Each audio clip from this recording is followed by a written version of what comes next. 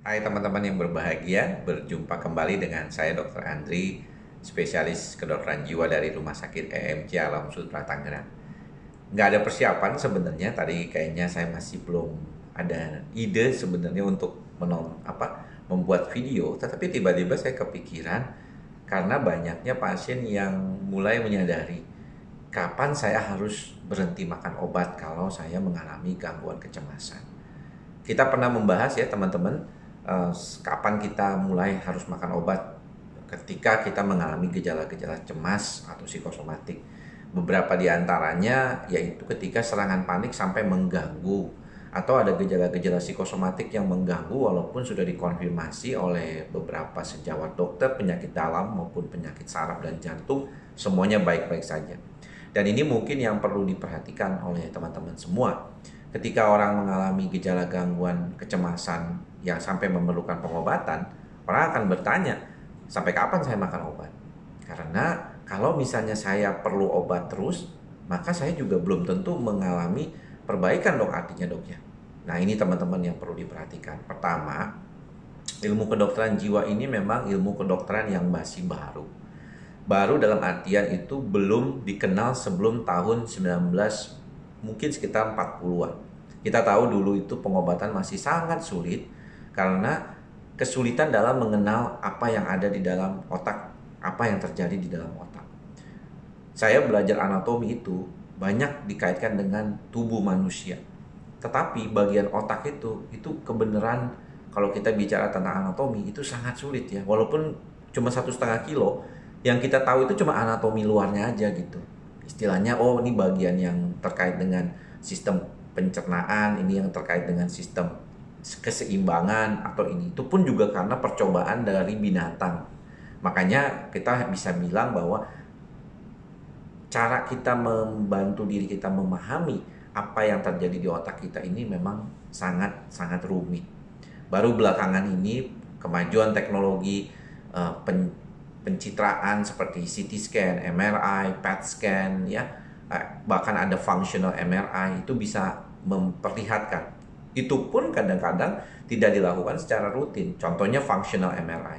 Kita melihat dari berbagai penelitian bahwa ketika kita melakukan suatu functional MRI atau pencitraan pada otak orang yang mengalami depresi dan cemas, terjadi pendarahan ataupun istilahnya warna di otak itu yang berbeda dengan otak orang normal yang tidak cemas.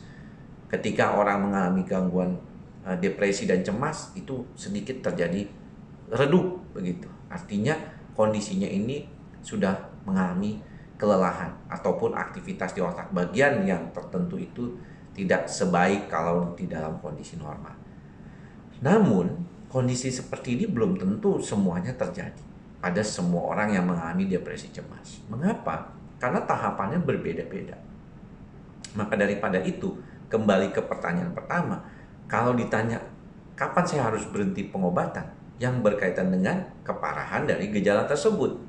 Beberapa kasus pasien saya pernah menjelaskan kalau misalnya obat ini membantu dan kebetulan saat dilepas juga obat ini ternyata tidak terlalu kalau dibilang itu akhirnya malah nggak bikin nyaman gitu ya, nggak ada bedanya yang terlalu dominan. Kalau misalnya dilepas ataupun tidak dilepas sih nggak masalah, bisa dilepas. Tapi kalau dilepas terus kemudian menimbulkan efek tidak nyaman lagi dan akhirnya membuat kualitas hidupnya menurun, sebaiknya jangan dilepas dulu. Nggak apa-apa dok, yang penting diawasi sama dokter, karena kalau nggak bisa repot. Jadi kalau misalnya kita berbicara tentang bagian otak ini sendiri memang rumit. Karena situasi secara umum, pasien aja suka nanya, dok, kalau misalnya dikasih obat itu, dikasih obat yang bagian apanya? Serotoninnya di saraf pusatnya menjadi jauh lebih stabil, akan jauh lebih baik di sistem GABA-nya sehingga dikasih obat cemas kadang-kadang. Tapi berapa lamanya saya harus makan obat? Ini tergantung dari sistem saraf pusatnya sendiri. Dalam praktek sehari-hari, si pasien akan ditanya gejalanya tuh bagaimana. Kalau misalnya perbaikan itu sudah tercapai dan membantu supaya lebih stabil si pasien ini, mungkin kita bisa turunkan dosisnya.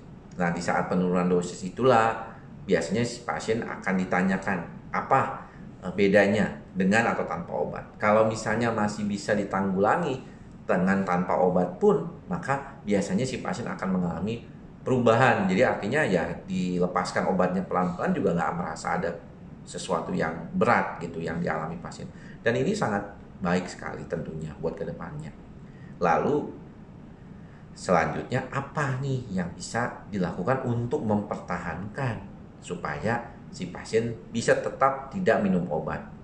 Tadi saya bertemu dengan beberapa kasus pasien yang datang kembali ya setelah 3 tahun, setelah 2 tahun gitu ya. Mengapa nih mereka datang kembali walaupun tadinya tuh udah lepas obat sama sekali dan merasa nyaman?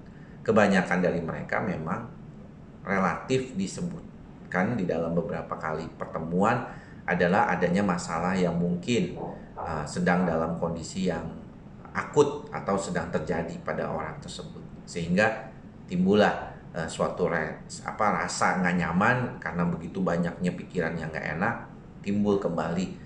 Karena yang seperti pernah saya bilang di beberapa video, kecemasan itu kan timbulnya akumulatif ya, dia tuh nggak tiba-tiba muncul begitu biasanya. Nah ini juga untuk membuat pemahaman ya kepada teman-teman semua bahwa situasi otak itu kadang-kadang tergantung ya. Makanya kenapa saya selalu bilang kepada teman-teman, mantra kita itu apa? Ikhlas, sabar, dan sadar. Sadar ini nih nggak gampang loh teman-teman ya. Menyadari kondisi kita apa adanya. Ikhlas kan berhubungan tuh. Kita sadar bahwa situasi ini berada pada kondisi yang bergerak. Sehingga barusan yang tadi saya bicarakan itu udah masa lalu. Sekarang nih masa kini. Bagaimana kita membawa diri kita selalu berada pada masa kini. Supaya apa? Supaya kita nggak kebebanin atau terlalu terbebani dengan sesuatu yang di masa lalu. Ataupun kita memikirkan di masa depan yang belum datang. Bukan berarti kita nggak boleh berencana.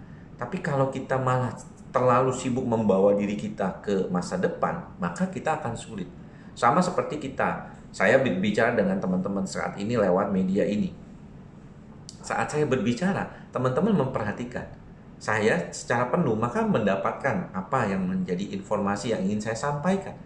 Tapi pada saat teman-teman ya mendengarkan saya, tapi pikirannya kemana-mana, ya kan, lagi mikirin buat makan nanti malam apa, atau mikirin apa yang kejadian tadi, maka setelah selesai 8 menit pun misalnya saya berbicara, teman-teman nggak mendapatkan apapun.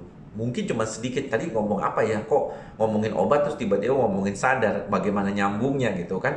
Jadi kebingungan, padahal kalau kita urut dari yang tadi, oh ternyata keinginan untuk berhenti pengobatan bisa dilakukan kalau keparahannya berkurang, tetapi bagaimana cara untuk tidak berulang kembali, maka teknik sadar ini perlu diperhatikan. Selalu kan demikian, ada suatu perjalanan dalam proses terapi ini.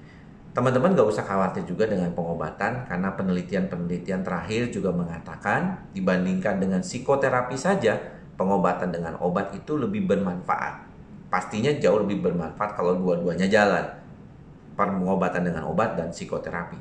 Tapi kalau harus Anda memilih karena keterbatasan dana misalnya atau keterbatasan waktu, maka pilih mana, dengan obat atau dengan psikoterapi? Maka pilihlah dengan obat ya, dan tentunya perlu dengan konsultasi kepada yang ahli. Jangan beli sendiri obatnya, walaupun kadang-kadang si pasien juga cerita ke saya, dok bisa beli obat sendiri dok. Aduh jangan ya, hati-hati, jangan sampai beli obat sendiri, karena kalau apalagi obat penenang ya teman-teman ya, itu perlu pengawasan, karena kalau enggak bisa berbahaya, bisa tergantung nantinya dan nggak bisa lepas. Kadang-kadang dilepas jadi susah. Si pasien datang setelah terlambat datang ke dokter karena udah terpakai bertahun-tahun ya. Jadi penyakit ini sebenarnya bisa sembuh, bisa terkontrol, bisa tanpa obat. Tapi teman-teman juga harus belajar bagaimana upaya tentang mantra kita, ikhlas, sabar, dan sadar. Saya juga belajar teman-teman belajar, kita sama-sama belajar. Oke, mudah-mudahan bermanfaat ya. Sampai bertemu lagi di lain kesempatan. Salam sehat jiwa. Bye-bye.